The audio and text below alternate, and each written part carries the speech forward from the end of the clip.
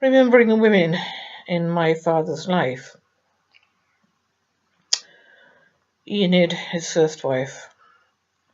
Jacqueline, who was fraudulently his second wife. He married her, but it wasn't legal.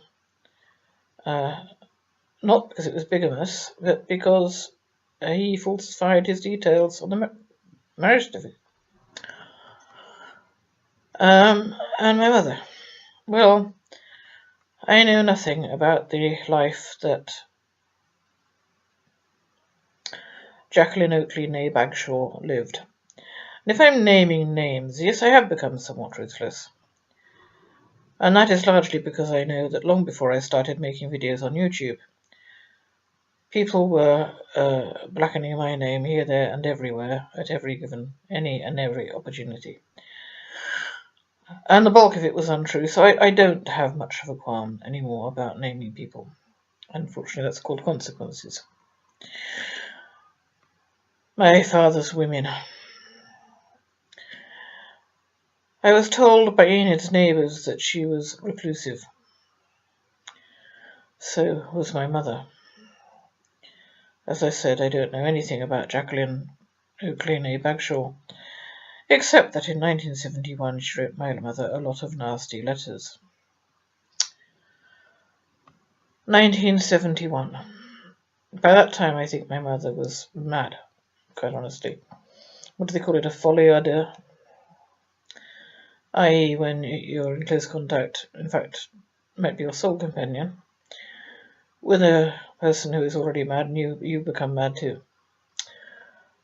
But then again, as a woman living with my father, I can't see any way to come out of it with your sanity completely intact. Unless you developed it. At least you're sane if you have umpteen personalities inside one body. Makes life awkward, but you're sane.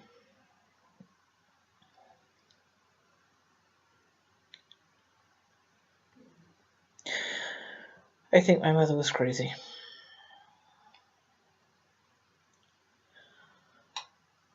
And whether she was or not, as the years passed, not that,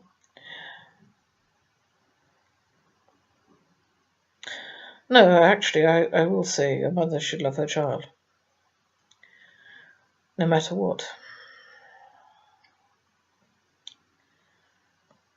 And given that it would appear I had been demonized before I even hit this planet, I don't think I was a demonic child, in point of fact. And none of my school reports would indicate anything of the kind.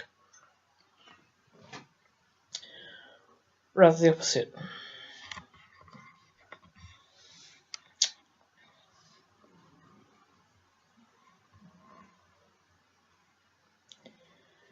In 1971, Jacqueline Oakley, née Bagshaw, wrote my mother 3 letters. Now, I can't attach any blame to her for that. There was no way that she could know that my mother had been with my father since she herself was 5 years old. She was 20 when my father married her in 1961. So, actually, possibly she was 4 at the time that my mother teamed up with my father. She couldn't have known that.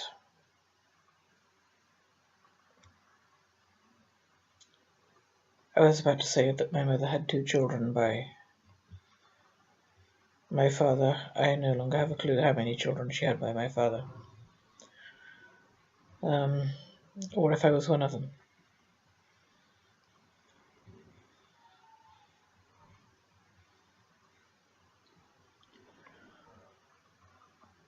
In 1971, this woman wrote to my mother, presumably believing herself to have been wronged, which she had, but not my mother. My mother knew nothing of her. And my mother was there first, kind of thing.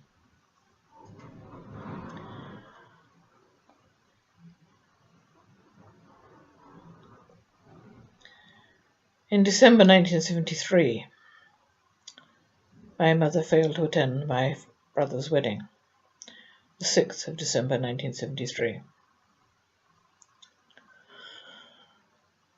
My great aunt, the oldest, the second of them, died on the 18th of March 1974. I don't know the date of her funeral because we didn't go to it. Those two non-attendances were just over 3 months apart.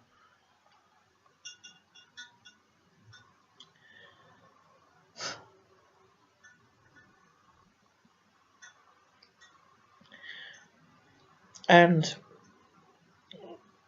roughly 2 years after receipt of these letters, telling my mother that not only was she not married to my father, but that some other woman was. I'm not being funny, but I doubt that my mother knew the law.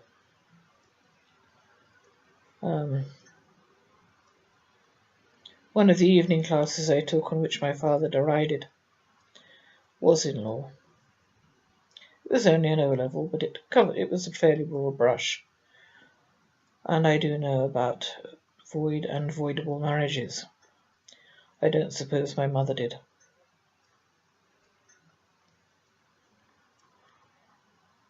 These two very quiet, reclusive women had one thing in common, possibly two, and that was my father. I have every reason to believe that while my father was living with my mother at weekends and with Jacqueline Oakley on weekdays, he was also paying visits to his first wife, Enid. Every reason to believe that. And in fact, there's a huge amount of evidence that I've accumulated that Enid and Jacqueline knew each other. From what date and why, I do not know.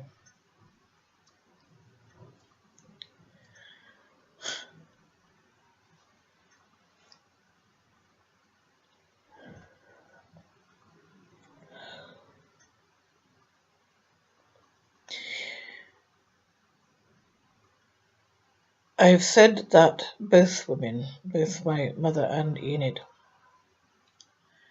conceived after my father's return from Australia. That as far as I know, my mother did not conceive in the 5 years in Australia, and Enid had not conceived in the 5 years that she'd been living with another man. But they both did the minute my father came back from Australia.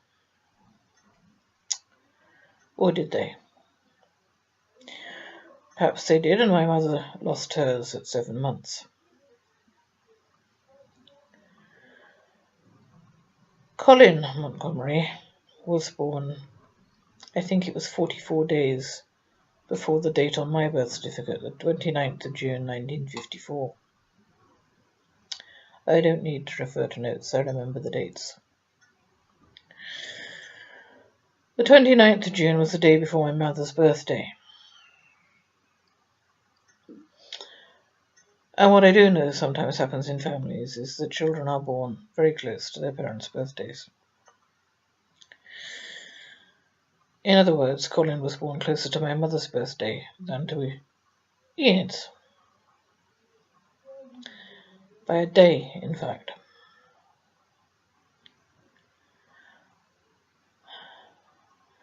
And Colin was never seen by his neighbours. At 53, he was still living with his mother, unseen by the neighbours and apparently ill. And in that year of 2007, he and his mother left the house in between my first and second letters to them. And what I've wondered quite a lot now is whether it was specifically me that Enid did not want to see. Did I perhaps bear a resemblance to Colin? Was I perhaps Enid's daughter?